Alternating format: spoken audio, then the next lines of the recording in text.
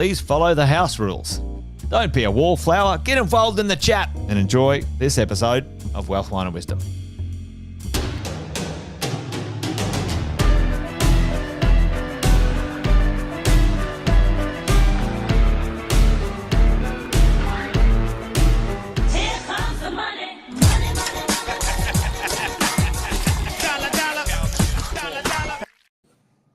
Benton.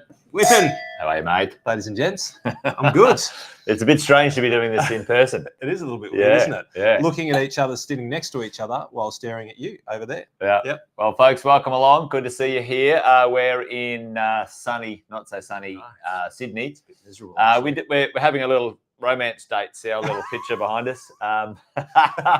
Andy flew to Sydney from Melbourne. I flew to Sydney from the Gold Coast, and we're meeting halfway. It was beautiful in both locations, and it's miserable in Sydney. But anyway, happy Friday, team. As usual, if you're jumping in, let us know where you're tuning in from, whereabouts in Australia, what you're up to, what you've been looking at in the news. For those of you, it's the first time that you're here, welcome. Love to have you. Grab something wet that you can join us with. A little bit of glass of wine is our favourite. Wealth, Wine and Wisdom is brought to you by us, trying to navigate this political uncertainty and clickbait journalism that seems to be the fear-mongering peptide or possibly even drug of the media. Crack cocaine of the media. Anyway, yeah. And trying to help our clients, help you see through what it is really, rather than what it's meant to be from the media. They're at it. The number one menace, of course, are the politicians. Number two menace are the media. And given the fact that there's been a little bit of action in the markets, both domestically and globally, they're at it again. So let's see whether we can spend some time to look clearly at what's really going on, rather than just looking at all of the traumatic headlines that are designed purely to capture your attention, which is what they're doing. So good to see you guys on board. It's a little bit further away to actually see names there. Do you need glasses, mate? I've got mine on today, but so Fenton's squinting, but I can see at a distance. But anyway, that's good. Good to see you, folks. Welcome along. A few of you already in the chat, so keep the comments rolling and have a drink or two. Like Andy said, we're going to maybe debrief the week and have a little look at maybe not only some wealth, some wine, but Andy might have a little bit of wisdom a bit later on. About that. I look for you for that, mate. We shall see. We shall see. But usually we're joined by property investors and business owners. So if that's you, welcome along. If it's not you, hey, welcome anyway. We've got some opinions. Some of them wild and far out. Some of them a bit spicy. But at the end of the day, they come from our experiences as investors and coaches of people creating wealth in Australia predominantly. So welcome along. Great to have you here. We've got people from all over Adelaide, Perth, which is excellent. And it's a bit early to be drinking in Perth, isn't it? Well, it's never too early to be drinking. It's somewhere. It's 5 o'clock in the afternoon sometimes. There we go. So anyway, mate. Well, let's get into the week. Highlight of my Fridays. Thanks, Sarah. Great to have you here as always, Sarah, one of the finance team. If you've got a finance question, just tag Sarah in the chat today. But anyway. Hey, listen, just before we do, yeah, being in person with Whitten is actually a rare privilege. So this time I actually treated him to a nice bottle of wine. So we've got a nice Sancerre here, mate, which is tell me about that. Right up your alley. It's a Sauv Blanc. It's the only type of Sauv Blanc I'll drink. It's a lighter Sauv Blanc from France, and mate, hopefully you're liking it because it's a good drop. This one. It's nice. I was about to ask for where's the ice, Fenton, but now you've told me you've spent money on a fancy wine. I probably better not do that. But anyway, all right. Well, let's crack on, folks. Let's have a bit of a conversation about what is going on. If you are in the world of investing, a business, well, Andy and I have got some things that we'd like to share with you today. And one of those things, Andy, one of those things, folks, unless you've been living under a rock, the market's been traveling pretty nicely. The Australian market, I think there was a bit of a down valuing in the stock market today or yesterday or whatever. Has been over the last week. Yeah, and apparently it's a bloodbath now. It's a bloodbath. I love the. Unbelievable. Yeah, what's it down 1% or 2%? It's Down- a bloodbath. Down 2%. Yeah, 2%. Up like 50% for the year, Yeah, and then down 2%, and it's a bloodbath. Well, Yeah, ladies and gentlemen, that's the kind of bloodbath I want. Up 40 or 50%, and then down by 2%. I'll take that ride any day of the week, and it's not even 2%. No, well, I tell you what. What's up a long way, and is Fenton going there already. What is up a long way is the two largest asset classes in Australia by a country mile, which is the residential real estate. We've cracked $12 trillion, folks. Give us a shout out in the chat if you're a property real estate investment owner, residential, by the way. It is the largest asset class in Australia by a country mile. Our stock market here is pretty small in comparison compared to the rest of the world. And maybe it's the same ratio around the world. I'd be interested to know that. So first time ever in Australia's history, $12 trillion worth of residential real estate on the ticker. Commercial real estate actually has gone dead sideways for 5 years. Yeah. Maybe even a smidgen down, and I think it's just rebalanced right now. But also another one over the last year or two, Andy, that you and I are keeping an eye on is the $4.3 trillion in super. And these are benchmarks. These are things that are... Now, when you hear these Muppets talk about, mortgage stress and all this sort of stuff, well, check this out. Outstanding mortgage debt against that $12 trillion of residential real estate debt. Now, it'll be interesting because I wonder if it's commercial as well. They haven't specified that. But tell me about what's the LVR on 12 trillion to 2.5 trillion. Where's the fucking mortgage stress in that bullshit, right? It's probably a small percentage of people who are leveraged into real estate, probably new. But most people have had their real estate for, 15, 20, 30 years. Most of them have got low LVRs, low debts, making the banks wealthy, unfortunately, because they're not using it very well, folks. But, have a look at that.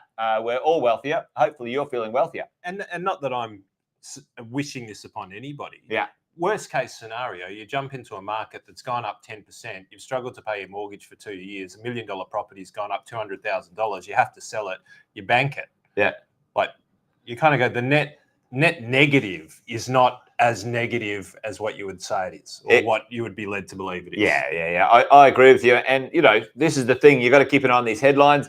Tell me, folks, if you're with us, and depending on the delay when it comes through to wherever you are, sort of YouTube and Facebook, they've got different delays.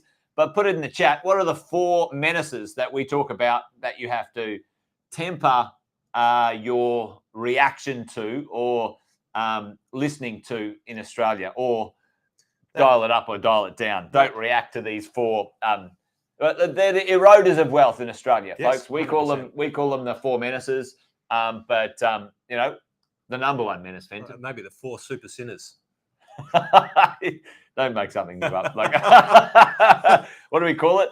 The number one menace. There we go. Boom.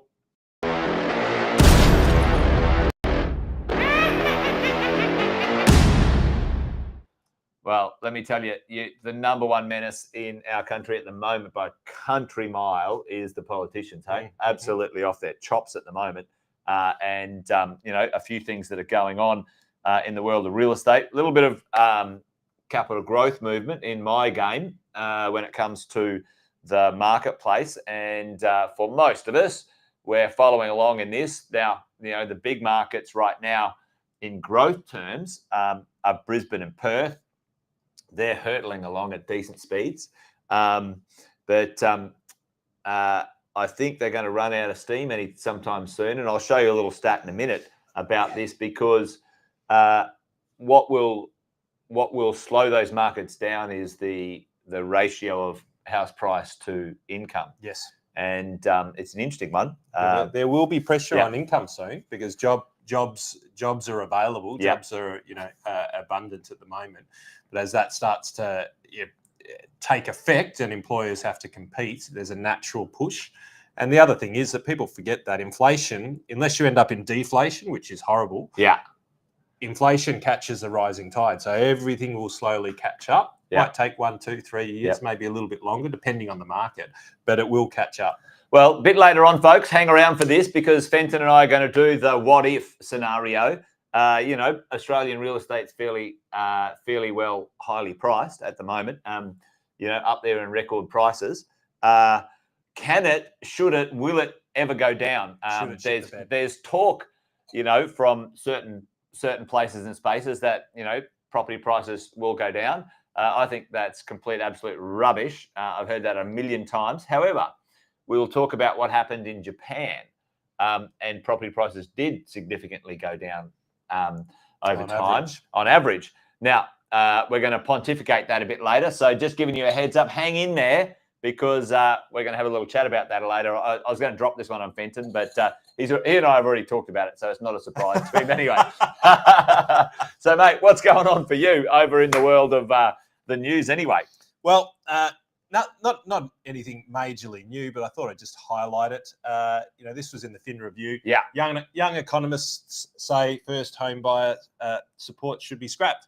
Well, not just young economists, just about every single economist has come out well ahead and warns that this will be inflationary. Yeah. This will not solve the problem. Yeah, already is. We reported on it, literally 5% up. Up like that. Like bang. Yeah. Literally within the month. That was the CPI data. Yeah. I'd venture to say that when we get next quarter's CPI data, it will be significantly up again from there. It's no secret, team, whenever you manipulate a market, you're such a control freak. I am. But it looks better, right? This is the hard part of being in proximity. It's like, but whenever you manipulate a market, right? Whether you try and use legislation, whether you try and use media, whatever it is, debt. Whenever you manipulate a market, capitalism will conspire to close the manipulation gap. We know that. That's as close to fact as what you'll get. So if you subsidize something, you subsidize energy prices, what happens? Energy prices go up. You subsidize people getting into the property market, property values go up. It's fake. It's fake economics, right? Yes. And what happened certainly with COVID, right? The reason we saw so many business bankruptcies and stuff like that, business liquidations, that the can got kicked down the road. Yes. The average Aussie and business owners put a fucking shitload of cash in the bank because the government were giving free cash away. Well, the smart ones did. The smart ones did. Yeah, anyway, the smart ones did. But they didn't need to do it, right? So whenever you keep something alive that shouldn't be alive in a system. Oh, there was tens of thousands of zombie businesses. Yeah. I remember getting phone calls from people saying, I can't believe I've just got all of this money for a company that I was literally on the edge of having to wind up. Yeah. And they got tens of thousands of dollars and they were already dead in the water. This thing is, I think, similar. Now, the thing for me is that, and I want to sort of riff on this a bit later, especially with property prices, but I don't think I would love to understand your opinion, and maybe we can sort of reach out to a few other people who've got alternatives, because you get a blind spot if you're a true believer. Yes. You're kind of like, oh, what could go wrong? But right now I can't see how it can come undone. Even though I completely disagree with this lending and legislation. Lending and legislation are the two things that'll bring it undone. And I'm going to offer something a bit later why that won't happen. So hang around for that. I hope it starts with an O, because then it could be LOL. LOL. Well, there you go. Anyway, so we'll have a look at that, Andy. We'll have a look at that as we go along. But it's not working. News.com, which is now relegated to such status as the Sun in the UK. They probably will have girls in bikinis on the front page of their newspaper soon. Fictitious wealth, global bloodbath. Aussie homeowners warn. Well, show me the facts, show me the proof, give me the data. Like, where is it? Is it? I mean, the reality is that pockets of it, and if we chat about this later, pockets of it could get, because if outer suburbs real estate, which is probably mispriced aggressively, and people get FOMO in outer areas, then there can be where there's not quality and it's not good value real estate. I see that stuff, there could be a bloodbath in certain areas of it, but in general, I think it's very, very difficult when there's such a massive shortage. Yeah. extraordinarily difficult. And this one I just thought was really interesting, given given what's been happening in the news. Former FASEA, which is effectively the ethics, drive into financial advice. FASEA and ASIC executives launched a trustee service. Isn't that interesting? Now, I've got to do some digging into this to understand exactly what's going on. But you go targeting discretionary trusts, targeting all of these areas, and then two of the big dogs from those organisations who have been driving all of this stuff, including ethics with financial advice, and which is really interesting stuff. We should have a chat about it someday, because what we would believe is I don't think ethics is interesting at all. Well, this is the point. Like, I had to sit an ethics exam, and it was teaching me about denological. I can't even pronounce half of them, but we had to learn all of these Greek words about ethics in order to be able to understand. Don't do the wrong thing by your client. Effectively, that's not very difficult, right? That's a talk about overcomplicating. Right. But also, I just thought this is interesting because there's equity trustees that got caught up in Shield, First Guardian. Yeah. Right. So they're a big trustee service for around Australia. Then there's this push against discretionary trusts and the documentation of discretionary trusts, which goes to... Well, the ATO are just fucking having a crack, aren't they? But yeah, I've got something for that. So then so what's the sort of takeaway for people listening in right now? Well, let's just watch this space, because it's interesting when the people who are driving some of the changes are then the ones who then go out and privatise business models that monopolise on it. Now, I can't say that for a fact right now. So allegedly... Yeah, with them. What's in it for me? Look, very, very interesting. Because look, if I had no conscience and I was sitting in a government job, and I was going to say you're a politician. Anyway,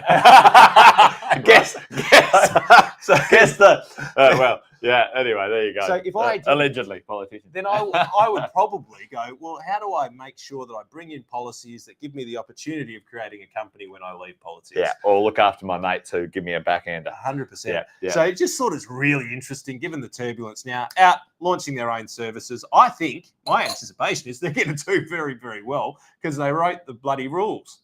Well, if you know them, the rules, you know how to manipulate them, 100%. Don't you? Oh, there you go. Well, listen, over in my neck of the woods, there's something else going on as well. I had this one here. Too many young prospective first home buyers lured in by sales campaigns. Now, I don't know. This one is that a government sales campaign? Well, is that not what they've been doing? So here's your incentive, so all Australian young people can go and get a property now, and then well, this is. Do you know what this is? This is laughable. Well, the world is upside down. But this is an interesting one, because I was going to have a bit of a fucking rant here at the cotton wool fucking world of our children growing up in cotton wool societies, right? Right. This is saying, our young people shouldn't be misled with underquoting reserve price law. Now, for fuck's sake. Like, why do we have to fucking bother with a law for underpricing? Who gives a shit? Well, who actually knows? And who cares? Like, why? Like, what's the problem? You show up on Saturday and some muppet said it was going to be 4 million, it sold for 5 million. Who cares? Like, I mean, why does the government have to get involved? You wasted my Saturday. That's right. There should be a law against that. Like, I mean, we've got better fucking things to do. Let's face it. Anyway, I think that's bullshit. This should be called the time-wasting legislation. Fucking Victorians, right? But anyway. I would say that actually bringing that legislation is wasting more time than turning up to an auction. Fucking tell me about it. Tell me about it, right? This is the thing. Anyway, it's anyway, that's my little rant about that one. But here's something you got to be. The old ATA threatens to break the golden rule for holiday home tax deductions. Now, you used to be able to with a holiday home. The holiday home is like, all right, well, you make it available for rent. Yep. And there's no definition of the exact amount of time and whatever, right? Yep. So, okay, you rent it for 6, 7, 8 months of the year, and then you keep Christmas for yourself, right? Why not? Why not? Why the fuck not? Yeah. Well, you know what they're saying now? No. You can't keep Christmas for yourself. Then you're not going to get a tax deduction if you keep Christmas, if you keep the busy times, right? Which is, I mean, this is what they're having a crack at it right now. What a joke, mate. This is the thing. Does that mean if I don't work over Christmas, I can go on the dole? That's what I'm saying. Like, this is it. Like, the Australian Tax Office this week released draft guidance proposing that deductions will be disallowed for a property is considered mainly for personal use. What do you mean fucking mainly? Now, well, what's the definition of mainly, especially during peak periods? Well, what's a peak period, right? Is peak period, racing? Is it down in Melbourne because it's the Grand Prix, or is it tennis? Or what about when it's summer because everyone likes to surf? Or when there? it's cold and you can have a nice glass of red wine. Like, I mean, come on now. This is bullshit. This is overreach and absolute. This is not what politics is designed for. No, they should be doing. Legislation was. It's not what legislation is designed for. Well, I think this is bullshit, folks. Make sure you keep an eye on this stuff. Now, I'm a big fan of having properties that have dual purposes. Yeah. Follow the rules. Yes. Right. The rules should be clear so you don't end up breaking them accidentally. But this is a joke, absolute joke as far as I'm concerned, folks. But keep an eye on that one. Yep, it is. That's a technical term, Sarah, which I agree with. That's fucked up. I love it. Listen, folks, this is the stuff. Andy and I. People will get caught. They will get caught accidentally on this stuff too. And you won't even know it. And you know what? You know what? The other thing is too. This is the thing, Andy. The thing that you and I talk about all the time is that when you have, let's say you've got an accountant that's a little bit kind of more in the ATO's court than yours. So a police officer. Yeah. So they are there to calculate what you owe the ATO, not to take care of you, right? Now, I think there's policies being brought into play that say that they have to W in. Yeah, they believe that you're on the edge. That's fucking rubbish, isn't it? So pay them to police you to W in. Isn't it the fucking government's job anyway? So the private industry now has been it's fucking boo. Get what do you got that on, Fenton? Can't do it. No, yeah, there we go. Boo. Fucking hell. But listen, at the end of the day, that's Sydney. Yeah, at the end of the day, the accountant, if you get a weak accountant or someone who's like jumping at shadows, they'll fucking roll you on this. Yeah. You'll have a property and they go, oh, we're not going to claim it, right? This is the thing. All this creates is, I think, in the Hitchhiker's Guide to the Galaxy, that was called the Bogon Democratic Process.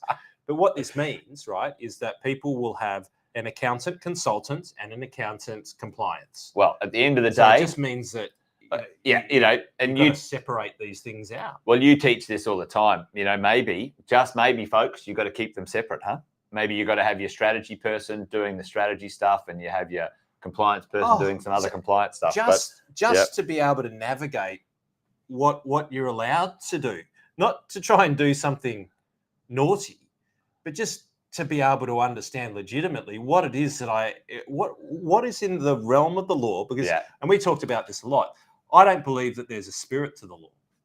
I don't believe the law has a spirit. Wow, they talk about that bullshit, don't they? And it's like, well, it's not in the spirit of the law. Well, it's like, well, I don't remember ever seeing any draft legislation that defined what the spirit of the law was. And then they do egregious overreach like this, and then they're saying, well, your accountant's then going to police it based on broad, because they'll make it broad, intentionally broad, so there's a lot of room for movement in there. And it becomes a nightmare because then they can catch you if they want you, or they can set you free. Nobody really knows what to do. You've got to read the rule book, but the rule book will say, yes, you can do it. And then they'll say, but it's not in the spirit of the law. And who knows what that is? Well, you've got to prove it. I mean, this is the problem, right? It's French justice then, isn't it? You're guilty until you prove yourself innocent. And also how much money have you got to kick it down the road and wear each other out? Now, the government, and if you piss someone off in the system. I was about to say the clergy. Yeah. It's a different kind of penalty. They'll just keep harassing you. But my CFO just went to an update for anti-money laundering. Anti-money laundering. Yeah. So she just went now. We're in the finance and real estate and property management world. Now I have to fucking report next year at 2026. It's our job to report to the government if we think someone's money laundering. What the fuck? And then my license is in jeopardy. in jeopardy if I don't spot it. What a fucking joke that is. It's Like, insane. piss off. Like, what a joke. I mean, That's not my job. That's not my job. You know? It's sinister in its sort of, it's not even clever because they have power to do it, but it's kind of sinisterly clever, right? Because they go, well, let's just make everybody else do our job. Yeah, well, you know, here's APRA back at it again. Warning of banks looming lending curbs, reduce housing debt risk, et cetera, et cetera. Do you reckon any of these guys get around a table, like somebody from ASIC, somebody from APRA, somebody who writes policy, and ever sit around and actually go, hey, stop doing that because we're going to do this if you keep doing that? Or do you reckon they go, yeah, you do that and then I'll do this? Well, I reckon these fuckers have got fuck all to do. Or someone's going, well, how did you miss fucking Shield collapsing, you fucking tosspots? And they're like, oh, hang on, lending again, right? They're looking around to go, oh, well, let's rattle the tree, let's shake something. We've got nothing to do. Things are going fine, actually. You know, lending's not going to be a problem. What, we've had one lending problem in 25 years, Fenton, and even then, you know, as a comparison around the world, we had less than 1% of our debt in this country have any systemic risk in residential world, right? The commercial world was a bit of a clusterfuck. That's just the way commercial lending is. It has a higher risk. You know, the GFC for your average mum and dad, 80%. the GFC for your average mum and dad, fucking who cared? No one even noticed. It was irrelevent, right? From a debt perspective. From a debt perspective, yeah. And as long as you kept your investments, Yeah. like it was a pretty hairy time. It was like, woohoo! Free fall. It was ugly. Yeah. But if you held on, it caught up reasonably quickly. Anyway, APRA's sniffing around talking shit again. So what's this? APRA? Well, what they're talking about is this, and this is an interesting one, right? So high debt to income investor, interest-only loans, you know, and we amplified. Isn't that what the government is actually putting into place? This is what I'm telling you. Like I've got some stuff to show you in a minute, but maybe I'll just I'll jump to this in a second. Bloody toes curl. But here's the thing: Australian housing credit growth, right? If you zoom in here, this is your investors, right? It's going through the roof. Well, why is investors going through the roof right now, and then owner occupiers are going to come in, first home buyers real soon? Well, folks, the government's caused that. Because it's not because investors have gone up more, it's because owner occupiers have fallen so far because they've clusterfucked the supply chain. And as an owner occupier to borrow money, it's fucking impossible. It's impossible. They've put you need the additional income in order to be able to afford. And the only people who can fucking borrow are someone who's got an additional income. Yes. It's so this is kind of like, Australian investors record investment growth. Piss off. Like it's a joke. Anyway, so those sorts of things are crazy as far as I'm concerned. Even by that graph, it's not record anyway. No, it's not a record. So there you go. But here's the drill, right? Housing Australia buys a third of homes off the shelf from developers. Who's Housing Australia? Oh, so they're competing. Yeah. So they're the investors that they're talking about. Housing shared equity scheme to undershoot demand by 100,000. So no, I agree now. I agree with APRA. I'm like, APRA, you should tackle these bastards who are doing commercial bulk building so that Australians on average can get into the market rather than super funds and drive up investor. The New South Wales government is now going to give a guaranteed purchase price on all developers for stock in New South Wales. We heard this the other week, right? Good. So they go, here's what we'll do. We'll solve the supply problem because the average Australian can't afford to buy the damn thing, right? You couldn't write this. Fucking lunacy, right? We've got to do a Monty Python skit on this. It's like hang on. Average Aussies can't buy it. Well, how do we fix that? Well, we can't. They can't borrow. But you know what we'll do? We'll buy them. The government will buy them. So Housing Australia, underwritten by our super funds, by the way. Yep. So who's underwriting this nightmare? Guess what? The Housing Shared Equity Scheme. Guess what? How much does the government own of that person's property / you, because you're the taxpayer? They buy in 40%. 40%. 40% of all of these properties now, 100,000 homes or more. They want to do more over time. Like the only way they can build properties is to make sure that they have nothing to do with building them. Like that is the only way a government can build a house. Remember that thing? I think it was Andrew Bragg was constantly pumping in Parliament. How many did you build? Oh well, we've got 110. How many did you build? Well, how much did you they had to be built. Yep. In order for them to exist. Yeah. And it's like, but did you build them? The answer was no. No. Well, and yes. So you purchased them. So yeah, I mean, who's this Iron? Must be some Iron Jaw, whoever that is. Yeah, it's challenging to create your portfolio. Like, you know, I say these ones back in my day, Fenton. You know, Which wasn't that long ago because you're a youthful chap. You know, but when I first started out, the finance products were reasonably flexible, right? Yes. They weren't loony.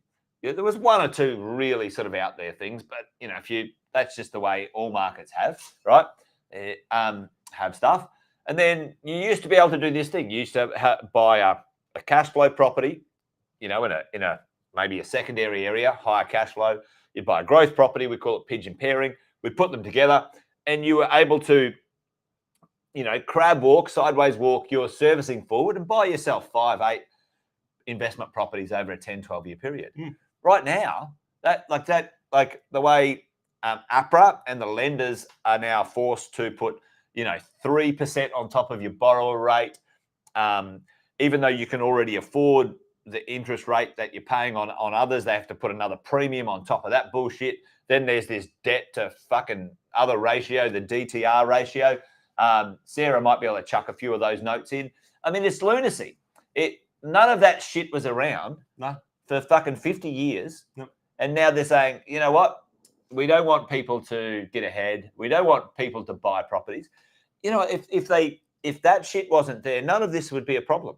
Well, 5 years of restricting lending has caused the supply chain issue, starting with the 2017, maybe even longer now. And yeah, there it is, debt to income ratio. It's bullshit. Land release and approval. Yeah.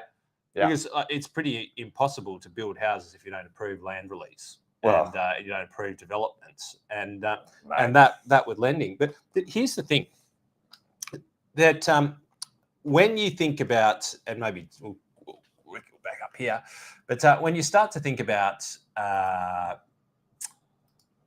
everywhere else in the world, so think about Spain, think about London, thinking about different places in the US. Most areas, especially Europe-based, people could never just enter the market. Like entering the property market was not a thing. Well, they were lifetime renters, right? Correct. Yeah. Because real estate, based on size of population, availability of land, and all of those sorts of things, was just too scarce and too expensive, right? So we've got to understand this as well from a global perspective. We had an incredible opportunity as Australians, and we still have it in front of us because there's plenty of land to release. There's plenty of urban sprawl. There's plenty that we can do, right? So there's no reason that we shouldn't be developing significantly more and allowing property development to go significantly more development, more investment, more land release, which would then flatten the price of real estate out.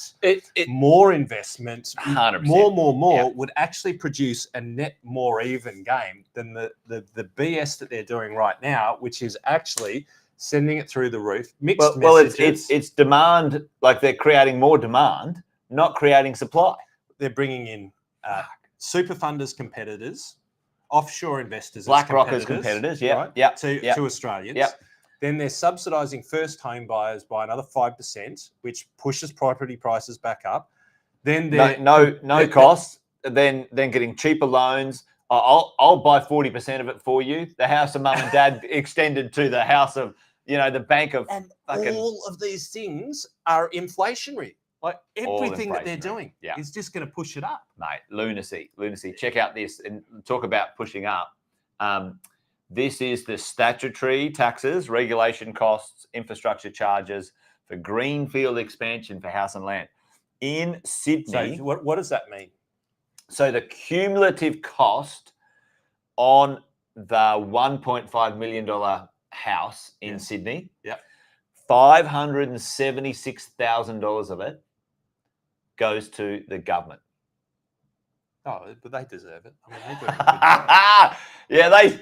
Like, come on, right? That's a big clip. Lunacy. That's a big Lunacy, mate. That's a good business. How do we Mate. get into that business? Mate, well, do you know We what could make happened? a fortune. Guess what? They're going to buy it off themselves in New South Wales. That's what's happening. They're like, fuck, this is good. Let's underwrite all of these purchases ourselves. 40%. Yeah. Because they've already paid for it. Mate.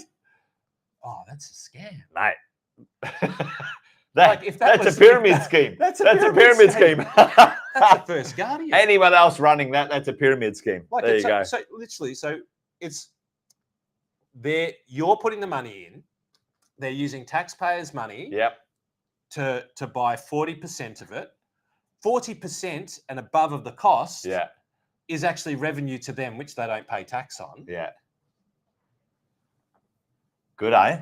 Good. Maybe we should get into politics. I think we should. I reckon Yeah. we should. Yeah. Actually, Fenton for PM. No. Nobody wants that. No, probably state level's better than national. Jesus, you know? This is money making. This is insane. This is better than the investment banking days. Lunacy.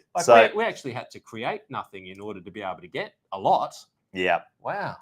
You know, pretty well everyone else is at about 40%.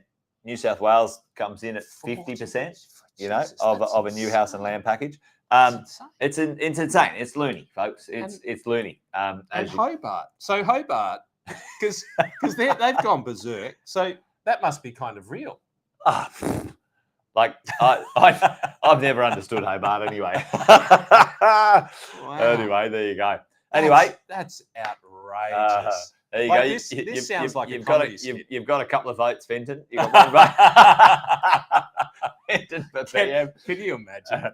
I can't. But anyway, listen, we were going to not have too much of a wealth wine and whinging today. We were going to say, all right, well, let's do a bit of wisdom. Let's do a bit of wealth. And you've been riffing on a few things of recent times, which we've just launched a few new teaching pieces. Yes. But, today, good opportunity to highlight a few of them and remind everyone about, hey, we need to understand what's going on. Yep. But, all right, let's talk about it. And here, let's just whinge a little bit more before we get into other stuff. Can you guys, put it into the chat, what did these pilfering parasites, what was the number that they put out there that was, if you had this much money in super, you are a rich pervert and you deserve to be taxed within an inch of your life. Now, they didn't say it in those words, but that was kind of my summation of the super legislations that they were talking about. They didn't get it in, but how much did they say, look, if you've got that, you're super wealthy and you deserve nothing. You deserve nothing because nobody will get to these lofty achievements. You've worked hard. You've been smart. You sacrificed. You followed the rules. You did everything right. And then we want to chop you off at the knees for doing the right thing. Yeah, there we go. We've already got somebody in. So the 2 million. So where I'm going with all of this is I'm going to show you something that we've been doing with clients more recently, but just show you what's possible, because I said to you months ago, everyone will get there. Yeah. Like if you're 30 and you think that number's big, it's not. You're going to get there, and I'll show you why. But there was some really interesting stats, and got a lot of these from Aware Super, actually. And this goes to retirement. It goes to one of the biggest issues, I think, in Australia, is that there's all of this media circus stuff, and also the fact that they absolutely decimated the advisory market in Australia. And what do I mean by that? There used to be like 20,000 advisors in Australia. There's less than half of that now. 50% less. Yes, 50% less because they scared them all away. And some of them weren't doing the nicest stuff. But let's face it, if that were true of all industries, then we'd probably only have about 5 politicians left. So, which ones I'd like to know? Probably the newest ones. I don't mind Chris O'Fooley anyway. There you go. Yep. So here's some interesting statistics, and beware of this sort of stuff, and don't be one of the people on the wrong side of it. So not everyone's looking forward to retirement. Only 1 in 5 Australians, 45 plus, who haven't retired are actually looking forward to it. And there's a few different reasons behind that. I was going to say, what's the reasons? Well, we're going to get to that. Yeah. But I just thought that's a staggering statistic. Only 1 in 5 Australians who haven't retired already are looking forward to it. So to me, that goes, I want to keep working. I'm gonna err on the side of that's probably not the main motivation. Like for me, that would be, and probably for you, and probably for our wives. Like, can you imagine Mags and Shay going, they're going to retire? Piss off. What are we going to do? I'm sure you guys have got better things to do. Go do something. And we'll get into it a little bit later on, because there is fear around people retiring and fear around what the world's going to look like. Excitement increases as people under the age get closer to retiring. So you can see here that strongly agree, like they're very, very excited about retiring, right? So that's this section up here. But once they reach that 65 to 69 and they cannot, then all of a sudden it drops dramatically, right? So they can't retire. They can't retire. Why can't they retire? Well, let's get into that in a minute. Well, there's the perception on it, right? Well, there's the government pension. They'll keep you safe, won't they? Yeah. Yeah. Can buy some cat food. Yeah, they probably will. Better than anywhere else in Australia. But it's interesting. So Australians... It's more than many places in the world. Yes. So far more. Yeah, and especially when it comes to medical and stuff like that. But however, I reckon our cost of living is pretty high. They'll probably have your door knocking at some point in time in order to be able to dob people in for taxes if they're not. Yeah, well, you probably get a bonus. I reckon that's where it's going. Dob your neighbour in. We'll become the country that used to be the one that you wanted to fight next to, and then we'll become the ones that you don't want anywhere near because they'll dob you in. Now, this is the dangerous statistic. So in the world of advice, it used to be like 20 years ago, you used to come to an advisor, they'd wave a magic wand, they'd take all of your superannuation, they'd take all of your different assets, they'd put them into the right structures, and then boom, everything would change overnight and you'd be in an incredible position. They got rid of all of those laws, which means that now you need to plan. You need to plan a long way in advance, as a matter of fact. It's not just a couple of months out from retirement or a couple of years out. That used to be okay. Now it doesn't cut the mustard because the laws have changed. What's the definition of a long way? Well, 5 to 10 years? Well, let's just say maybe even 15. Back in the day, and I speak to Tony about it a bit, like he used to get people about $1.5 million and he'd just go bang and he'd put it all into super without any problem whatsoever. But now you've got to plan 5 minimum, maybe 7 to 8. You want to do that. You're on a 10-year trajectory. 10 year, You're on a 10-year so it's gone from 1 year to 10. To 10. Because of the legislation that they brought in. So don't leave it till fucking 5 minutes ago, you know? Yeah. Well, these are all the people who aren't doing anything, right? And the ages here, so 45, 65, and then we've got 80, 90 out the back here. These are all the people who aren't actually doing anything. And the biggest issue with that is that everybody who's in this zone up here that can't, which is 63% of the survey, so 63%, let's just say, of the population, aren't doing anything until they hit just about 60. Aren't doing anything to plan. Well, there you go. It's too late. It's too late. Yeah. How much time have you got to allow compounding to take place? What happens if markets move against you? You're done. Like, what happens? It's a matter of luck. What happens if the market shits itself for a couple of years and halves your equities? What happens if you've got $2 million in real estate and zero in super or minimal in super, and then you're taxed for a lifetime? Yeah. They bring in unrealized capital gains or something or whatever. So too few people are actually reaching out. And here, this is the really interesting stuff. So of those people who are getting into that retirement zone, what's the major thing? What's the major concerns that they're worried about? And it's no surprise that number one is the rising cost of living, right? And that is 100. Well, it's not 100. It's government, right? In Australia and actually quite globally, the way that they've spent money is disgraceful. Lunacy. It's disgusting. Yep.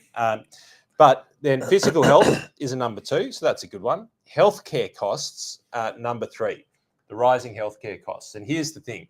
The more the governments in Australia spend money, the less they've got to actually dedicate to the medical industry. And here's the funny thing. So, ladies and gentlemen... Well, hang on. They just gave a discount to all student debt for 20%. Yeah, just wipe that off. Yeah. Yeah, well, just give more money away. That's, well done. That's the way well done, taxpayer. We just paid off everyone's debt. To what point? To what point? So, yes or no? So put this in and say the point is so they can borrow, they can use the government scheme to buy houses. to buy a house. to buy houses, which goes back to this one. Rising cost of living, yeah. Yep. And they've shifted the first home buyer thing to 1.5 million. So guess what? Those property prices are rise to 1.5 million. Anyway, continue, Ben. Yes. But don't buy it in your super fund because it's a bad investment. You're investing anyway. Double standards. Yeah. So let me ask you this: we pay 2%. You pay 2%. I pay 2% on our income taxes. 2% Medicare levy. Now, yes or no? Put in the chat a Y if you believe that 2% goes into funding our medical industry. Put an N if you believe it doesn't go to funding. What do you mean? It's called the Medicare levy. Doesn't that go to Medicare? Well, that's a funny thing you should say that because originally it was stipulated that the 2% had to go into our medical industry, which makes sense, right? Because it's a Medicare levy, right? Well, that's what it's called. Yeah. Now it goes into a bucket. What do they do with the bucket? Of what? Of everything. Goes into a bucket of everything. So the statistics now show that we're spending, the revenue generated for the Medicare levy is not being spent for medical services. Same way that road excises and things like that are no longer for roads. Like, here's the thing. If you earn taxes and it's a road excise, put it into the roads. If it's a Medicare levy, put it into medicine. That was what they used to do. They don't do it anymore. Oh, so hang on. If I've got a property project that I want to raise some money for, I can just raise money for a property project, but not put it in there. Is that what they're saying? No, if you're a politician, right? Yeah, right. Probably. But if I'm a private, business owner, well, that's unethical. That's illegal, right? Yeah. I'd go to jail. Yeah. That's unethical. Oh, yeah. Fuck! I should be a politician. Oh well, then it wouldn't be ethical. then it'd be ethical. Yeah. Then kidding me? Bullshit.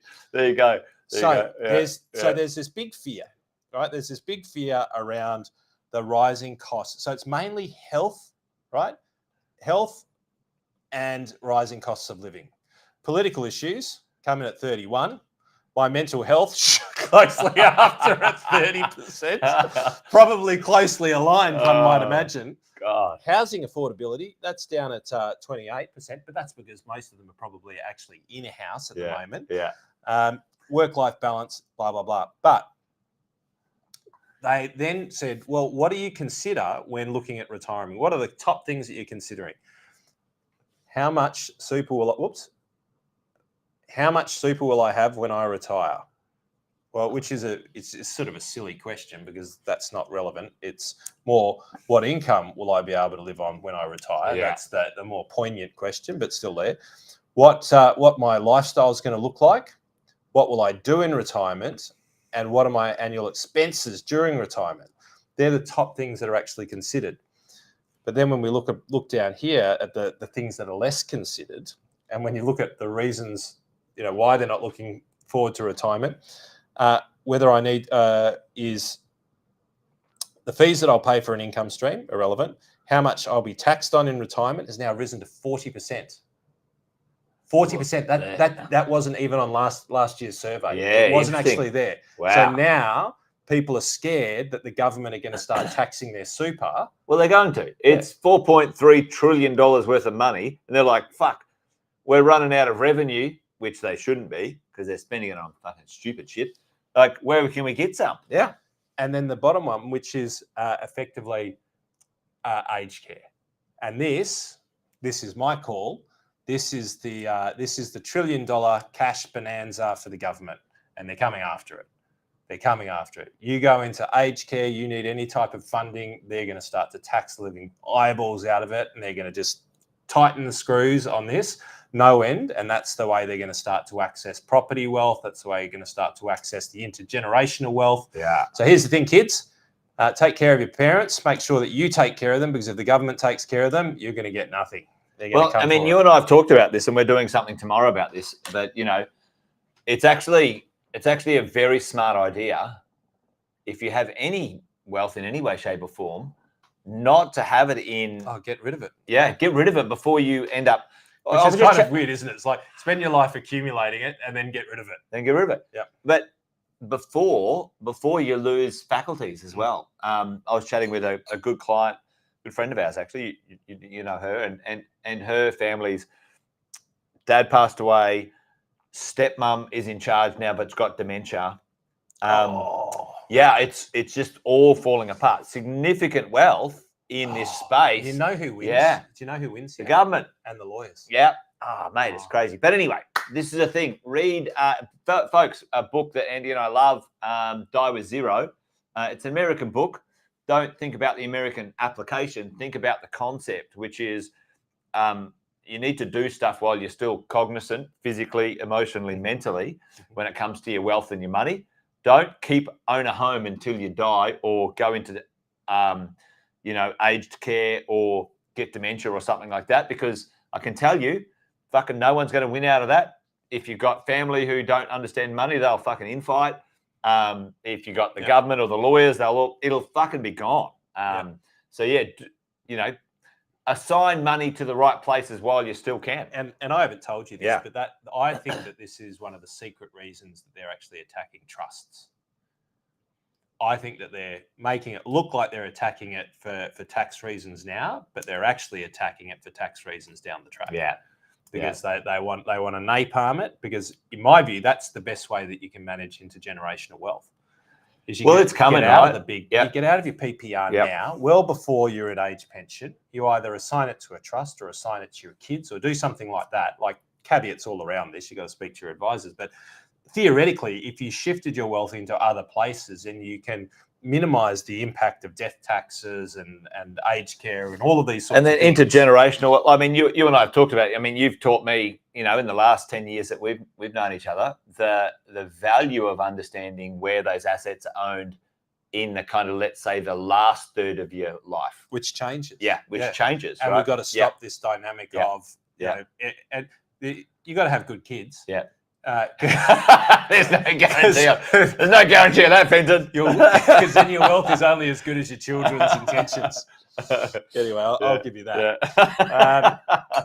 Good luck. So, good luck with that, everyone. This is something which I'm quite happy about. It seems to be that still the most valued, and I use the word still, the most valued source of information is independent financial advisors. Now, this is an interesting list. I love the second one. I love the second one. Shortly followed by friends, family, or anybody foolish enough to dish out advice. So a qualified financial advisor is just a little bit more trusted. Yeah, only pipped them by fucking 4%. than the barbecue conversation with Uncle Larry. Uncle Larry. And then by a general internet search. All right. Like, people trust ChatGPT more than they trust you and me. Like, fuck. And then I was surprised about this one. A financial advisor from a super fund. We've employed a few of them who are absolutely cracking, and they are loving having their gloves off. Yeah. Loving actually being able to help people on a bigger scale. Good Trained crew. well. Yeah, good crew. Then the accountant, they slipped. The accountant have slipped down dramatically because they used to be the top, but back in the day. It should not be. How the fuck did government resources get anywhere in there? Right. Yeah. That's a scam. They're like, we have to put the government in there somewhere, but just put them in the middle. It's 50-50. Online toolkits, books. Colleagues. Like, this one's the dangerous one. Newspapers. Holy smoke. You'd be in cash since like 1999, wouldn't you? Since the original tech wreck. Yeah. You'd be in cash. Look at this one, 6%. That's got to be fudged. That 6% bank advisors. Yeah. Come on. No, the bank. No, come on. The bank's independent. This one's an interesting one. I'd like to see you and I move that one. An employer. Yeah. I'd love to move that. And we're doing some work in the business, and we've gone over and done lots of presentations to some of our clients' team to try and educate them. I'd like to see, that's the one that I reckon should be right up here. And somewhere next to a good advisor. Because, going off the script for 5 seconds, I think. Well, for 50 minutes. If you want, if you want good quality team long-term retention, helping them create wealth as as part of their career progression, 100%. it is a great retention Yes. strategy. Yeah, I think, I it's absolutely fantastic. agree. Yeah. And this used to be a big thing. Yeah. Big thing in advice. Well, You'd go in, you'd help the Yeah. small business, you'd help all of their team. It was a great thing. And it got destroyed. And there's always bad apples. And one would say most of the bad apples now, because the government brought in all of these policies, that mostly means that all of the bad apples are actually in government now. Like that. Well, that's where the money's at, mate. That's where the money's at. Well, they're overseas. Hey, listen. And I love this. I've got Best source of retirement information? None. That's gold. But hang on. I've got a question. I go back to that list. Where's the real estate agent, mate? Like, why aren't I in there? Well, it must be the auction clearance rates. It's like, I don't trust you because I was going to pay $400,000 all the mortgage broker for a 4-bedroom apartment in the city, and it ended up going for $4 million. I don't trust you. I don't trust you. Fair enough. But check this out. Here's an interesting one. Tell me what you see about this, Fenton. Gross state product per capita growth. You were just talking about the gross state product per capita growth. Is that gross capita growth, right? So GDP for growth for state, right? Per capita. Holy smoke! But geez, the government are making a lot of money. Hey, you picked it straight up. Holy right? smoke! Where's the growth, folks? Where's the growth? Hey, how is it that there's nothing? All of the money's in WA. That's what I'm saying. Yep. That's an astounding statistic, isn't it? Hey, so we talk about jobs and all that sort of stuff. It's directly in proportion to where the money is actually made. Right, crazy, huh? ACT. What comes out of Canberra? Politicians. Anything else? Nothing. No one even wants to fucking live there. What comes out of WA? How many trillions of tons of rare earths, minerals, steel, iron? Isn't it close to like 50% or something? Like it's huge. It's huge, huh? That's crazy, huh? Dumbfounded. Crazy. Is that a real statistic? It's a stat, That's from the Australian Bureau of Statistics. Hey, there you go. Holy smoke. So, mate, being in the government, that's where the money's at, mate. That's where no wonder they're killing it. I'm staggered by that statistic. Anyway, back to you. I'm just going into politics. Like, hey, if you want to retire well, and if you want to retire well, you want to be taking care of your whole life, be a career politician. Mate, what do you get? A full pension? You get, you get exemptions, like the whole thing. You get 2 PPRs, no capital gains tax. Happy days, mate. Happy days. Anyway, I love this about where I got these statistics, purely because I love a good chart. We love a good chart.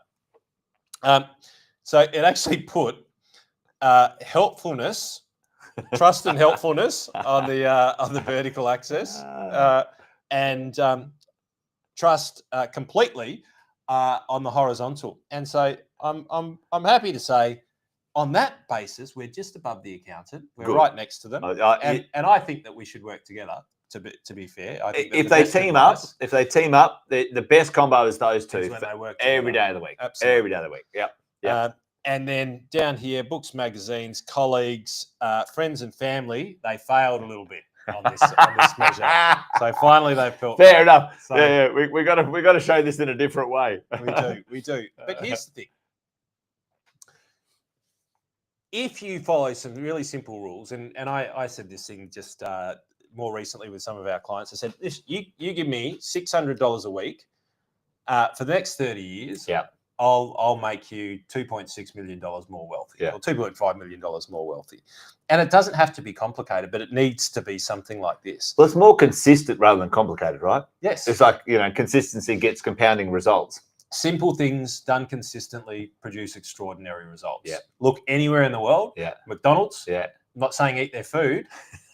Not saying that. Nah. But look at what they've done. Yeah. They're the biggest real estate owner in the world, I think, now. They are. Yeah, they took over the church. Yep, they took over the church and the kingdom. Look at what they've done by doing simple things. Hamburgers, simply, efficiently, produced extraordinary results. Yeah. It's written everywhere, and investing is 100% the same thing. Wealthiest company in the world. right now Nvidia, but Yes. maybe overpriced. Apple. Yep. Steve Jobs, rescue mission. One computer. That's right. We're going to just do one product really fucking well. Yep. Bush. And everyone thought he was just, there's some great stuff. Hey, isn't it? And he said, on the road to success, you're going to have a lot of people, smarter people than me, say that you're on the wrong journey. Yeah. But sometimes you have to hold conviction to your true north and to your aim. And it's not to say that you're wrong or I'm wrong or either of us are right. But we've got a vision of where we want to be, and we're going to do these things in order to be able to achieve it. And it was that simple with Steve. It's like one mission, let's go and get it. Yep. And for Australians, it's one mission, which is, retirement, freedom, whatever that definition is. It's somewhere around the same for everybody. We're not all unique flowers. Does not matter who you are, where you come from. It doesn't matter. You have a belief. I think all Aussies, whether you're a new Aussie or a existing Aussie or whatever, it doesn't matter. You believe putting in a good effort for a lifetime in a place of good days pay for a hard day's that's work. it. That was what Australia was built on. And I still think it does well for Australia. Yep. I mean, we can lift our tall poppy syndrome a bit, I think, in Australia. But ultimately, I've done my 40 years. I've added value. I've paid my taxes. I've followed the fucking rules. Don't change them. Don't change them. And I want to aim at something over a period of time, and I want to be able to retire well, and I don't want that to be uncertain, over time. Yep. But doing the simple things consistently, and this is where, let me reverse around. If you just, from super, if you're earning 100K a year, you had 40,000 in super, ballpark, and you're investing in a growth profile, right? If you just only did your super, you'll be sitting at about 1.3 to 1.4. That's pretty close to those perverts that are criminals and too rich, isn't it? Like that's starting to get dangerously close to those people who are criminally rich. So on 100 grand with your SGC, so your standard super, just going standard contributions, invested in nothing high else. Risk profile, yep. right? A little bit more aggressive in your investment. Just where most people probably should be when they're younger. You'll get to that sort of 1.3, 1.4 mark. That's pretty good. You'll get there. When you retire, it's tax-free at this moment in time, under 2 million. Yep. If you put an extra 100 in per week. Yep. Right, so 2 packs of ciggies, 10 coffees. $5,200 for the whole year. Yep. If you did that every single year, all right, ballpark, you're going to be somewhere just short of that number that the politicians say is a scummily rich number, right? It's 1.8. And that's not a lot, mate. That's not a lot. For some people, it might be, and I appreciate that. So that's but for an many, extra $100 a week. Yes. And it will reduce your tax. And it will reduce your tax. brainer. No-brainer. I'd love to see the net, if you put in 100, it's only $70 more. Do you know what I mean? Yes. Like, because it's that after tax. Yeah, 100%. Yeah, well, it's 32 minus, 32 minus 15, so that's 19. So 19 off, so it's $20, so it's $80. $80. There you go. Yeah. It's no-brainer. No-brainer. But here's the thing. You whack the 200 and you're now into the devil's territory of being filthy rich, horrible person who needs to be taxed. Scumbag. Yep. You're now well over $2 million. Yeah. Well, you should be fined, right, for doing a simple thing very, very well. I love it. You do the same thing outside in investing world, you're not going to get to the same heights because it's not as tax efficient. But if you just put 20,000, 25,000 in, over 30 years, standard market returns, you'll end up with just short of $200,000 over 30 years. Can't complain about that. You put an extra $100 in a week, you're going to be just short of $800,000. Put the extra $200 Wow, that's a compounding extra, isn't it? About 1.3. Now, you put the two of those together, now we're definitely criminals and horribly, egregiously rich, terrible, horrible people who need to be taxed within an inch of their life because we've done the nasty thing. And here's the thing. And you can build up to this, right? If you're a bit younger, start at $50 a week, 100%. $20 a week, whatever. Like, I mean, this is the thing. Like you and I were chatting about, it's not really the dollar amount in the beginning. It's the discipline. It's the discipline, but right? It's not buying the extra T-shirt. It's not buying the over fancy car. It's not buying a house beyond our means. Yeah. It's making the small sacrifices each day, right? That many don't, and most don't. Well, And they don't have to be massive sacrifices. They They're don't. just small sacrifices every day. Simple things done consistently over time produce extraordinary results. And half of the job of advisors, really, in my eyes, is to go, here it is. Here's the structure. Let's automate it together, and don't touch it. And don't listen to what goes on in the media where they tell you that the whole world's about to blow up. Who cares? Because if you've got 30 years or 20 years, then that market cycle is going to go up and down. Take the risks that you feel comfortable in taking, but then go over that 30-year period. Don't listen to it. Like, oh, it's the worst time to get it. Don't listen to the conversation at the barbecue. Don't listen to the taxi driver driving home from the airport. Maybe experiment, jump into a few things like Bitcoin and things like that, whatever. Like, fill your boots, but do the simple things consistently over time. Be held to account, do them well, and you can be one of these horribly rich people that the government say are just entitled generation who make small sacrifices every single day in order to make sure that you've got everything that you want on the other side of when your working energy runs out. Yeah. Whether it's mental, whether it's physical, I don't know. It pisses me off when I see them start to say that these amounts are for the horrible rich people of society. It shits me, because ultimately every single one of you, every single one out there, and one of the things I love about the values are positive, and you've heard me talk about it before, is it something along the lines, you might be able to help me. It's something that is that your average Australian can do, can have wealth, can reach true wealth, or can be wealthy. Your average Australian, not your rich crazy person, but your average Australian can be truly wealthy financially in life. And it's an uncommon belief. It's an uncommon belief, and people do not believe it. Right? Well, the politicians don't. No. Well, I I mean, you're a and horrible even rich person. well, it's an interesting one, right?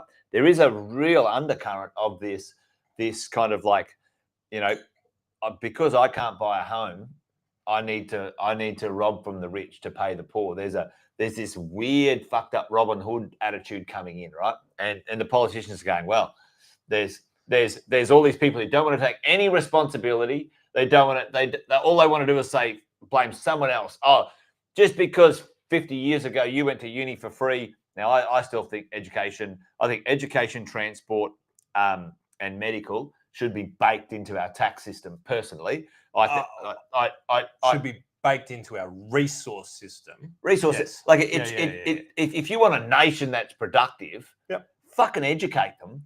Make them super useful. You get higher average incomes, which you get more tax. But you should be Norwegian. Fuck. No. But this is, I think they're a clusterfuck that lot. But the politicians in Norway, just not the whole nation. Just like taxing people 50% is complete bullshit. That's crazy. But here's the drill. This is the thing. This is where the nuance in here, Andy, is I've got something that I want to show everyone. But where the fuck where did I put it? Check it out. Here we go. Let's do this. Whack that up there. All right. Equity trustees, isn't that feature again? Oh, yeah, there they go. There we go. Record taxes, mate. Record taxes. Oh, hang on. I'll get rid of that one. All right. Record taxes. 3 levels of government will collect a record $1 trillion in taxes this year. All right. However, they're not spending it very well. Right. But the federation is falling. But this is my point. Here's my point.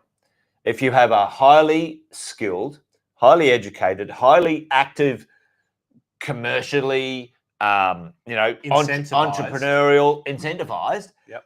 If people earn more money, they'll pay more damn tax. Produce more things. Like it's like you don't disincentivize. Like this is the thing. I heard this the other day. Oh, let's we don't want people to smoke. Well, we'll tax it.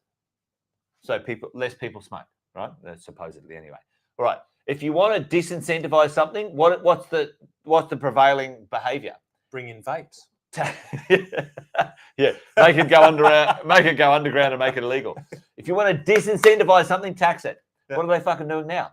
Oh, let's disincentivize entrepreneurial activity. Let's disincentivize you being wealthy or creating wealth. Let's disincentivize you working harder and making more money. Or we'll tax it. Well, guess what? It's fucking counterproductive. You tax it, you get less people working hard, you get less businesses in Australia, you get less investment here. Guess what? They're going to kick this shit down the road, and in 10 or 15 or 20 years, our kids will be in a fucking shit show because the wealth, the innovation, the education has left this country. It's bullshit. Anyway, there you go. I think that if you invested in education, you invested in entrepreneurial systems and stuff like that, your society would be way more productive, and you can tax by default. You'll earn more fucking taxes. The country will be super wealthy. Make them more productive, and you earn more money. It's just, it doesn't make any sense. And anyway, the only way that you do that is not to have government control, but rather government incentives and not handouts, subsidies into industries. And NDIS is not a good example. TAFE is not a good example. But pre-existing infrastructure of already strong things like universities, Melbourne, all of these types of universities, and that's how ultimately England did it, and some places in America. But the problem is the governments try and own some of it and then quasi-privatise it, but hold too much of the reins. And the reality is they don't know how to run a business. Well, this is the thing. Here's the turn. Here's the next 20 years, and it ain't the white collar. It is not white collar future in Australia. It's not. You tell me what administration process right now that ChatGPT can't fucking do. It's not. Our future is in vocational activities. We're struggling in this country because we don't have enough fucking plumbers. We can't build a house. We can't build a road. We ain't got robots yet. That's 20 years away to plumb your house up. That's not happening. But I can tell you what, any of those white collar jobs, I was listening to Elon Musk. He said it's fucking over, mate. It's over already. You're dead. You're a dead man walking already when it comes to white collar. And this was the other thing in here. Check out this bit here for have to get some overalls. But and if you think about your kids right now and you go, right, okay, what would be a future, let's say the next 20 or 30 years, you go, right, this is a career that you could make a couple of bucks in. Well, wasn't interesting. A lot of people said it's coding, and coding has become Marty, one of the crew, our crew, he's like, mate, I just put it into ChatGPT and it just codes it for me. Yeah. And Duncan is like now able to have half the amount of people do like 10 times the amount of stuff, because now it's just people who have enough knowledge about it guiding the intelligence. All you've got to do is ask the right question. That's all you do. Check this out. Oh yeah, I saw this. Yeah. Check it out. AI-driven tax advisory. Yeah. It's not that hard. No. It's not that hard. If you want to follow the rules for 90% of the population, right? This would be brilliant. There'll be one for the government, and then you have the consultant outside the government. Well, this is where the quality consultant will always be okay. But there'll be AI. But fuck H&R Block. I wouldn't fucking touch that with a fucking 10-foot barge pole. But that's only your opinion, because I, on the other hand, appreciate staying out of jail, and I think that they're a very reputable institution and that people should use them. They're perfectly fine. Yes. There's a place for it. And well, they do a perfectly fine job. But you tell me what AI is like right now. Xero just brought in AI, right? So Xero just knows everything now. Now, for me, there's a other small amount of conspiracy theory in this shit, right? So the moment that happens, the government wants the backdoor into that AI, and then the government knows exactly what you've, like, on an instant, what you're claiming and all that sort of shit. I think there's some of that shit coming. But anyway, takes us back to ledgers. It's like all of a sudden, we're going to handwrite the ledger. So they ban cash, they ban handwritten ledgers. It's all got to be anyway. Let's not. It's after 5 o'clock. Anyway, but Fenton, I think we should wind up because we're 13 minutes over our time and we've got shit to do. But folks, it's been good to hang out. Hopefully, you've had as much fun as we have. Yeah. I've had a good time, Fenton. There we go. Sunset. Yeah. Good wine, a small amount of wisdom, and a lot about wealth. There you go. And look, if you do, this is a second last wealth wine and wisdom. Yes, don't muck around, folks. But if you want to, if you're a business owner, you're a professional investor, and you want to understand some of the smaller details behind some of the strategies that we talk about. We run workshops that you can come along to. Scan the QR code, come along, hang out with us. We're probably even, there it is. It's the hand there. It is the appropriate time for that now. Come along, hang out, and I think we've got one more of them this year as well. We'll run plenty more next year, but come and hang out with us, scan the QR code, and we'll take off the Kubota, as they say, show you a little bit behind the scenes. I don't want to see you with the Kubota off, mate. But we share a lot of this outside of this domain as well. So come out, hang out with us. We'd love to see you there. But otherwise, one last episode for the year. One last episode for the year, and then we kick off sort of end of Jan. Yep. With the new 2026. Need to have a rest and. Well, the liver needs to recover. Yes, it does. Yeah. I don't know whether Christmas is the best time for that. But Fenton is hosting two more. One next week and one 2 weeks after. Two more wealth and business webinars. Yes. That's true. Yeah. So scan that code, folks. Come along. We'd love to have you there if you're up for it. Andy will dive a little bit deeper on the stuff that you were talking about today. I'll show you the back door into those strategies, but that doesn't sound right. Yeah. But anyway, team, thanks for hanging out with us tonight. If you're in Sydney, hopefully we'll be seeing you tomorrow at the event. If we're not, until next week, it's a good night from me. And folks, it's a good night from him. Good night, team. Good night. Have a cracking weekend. We'll enjoy the Sydney misery, otherwise known as weather. Adios, folks. If you are in town in Sydney, and if this is just so random, you want to come and hang out tomorrow, and you know anybody's number in the team, come text us and come and hang out. Fenton and I are doing 6 hours tomorrow, deep dive, personal wealth model, if you're up for it. Anyway, there you go. Come along. There's some seats. See you there. Bye-bye. Thanks for watching another episode of Wealth, Wine and Wisdom. Make sure you like, subscribe, and turn on the notifications so you never miss a thing, folks. We'll look forward to seeing you next time. Debrief the week with Wealth, Wine and Wisdom. Every Friday at 5 p.m. Victoria and New South Wales time. We know that Queensland, South Australia, WA have different time zones, as does Darwin, but we're sure that you can do the calculations depending on whether it's daylight savings or not. You can also catch up on all the episodes wherever you get your podcasts.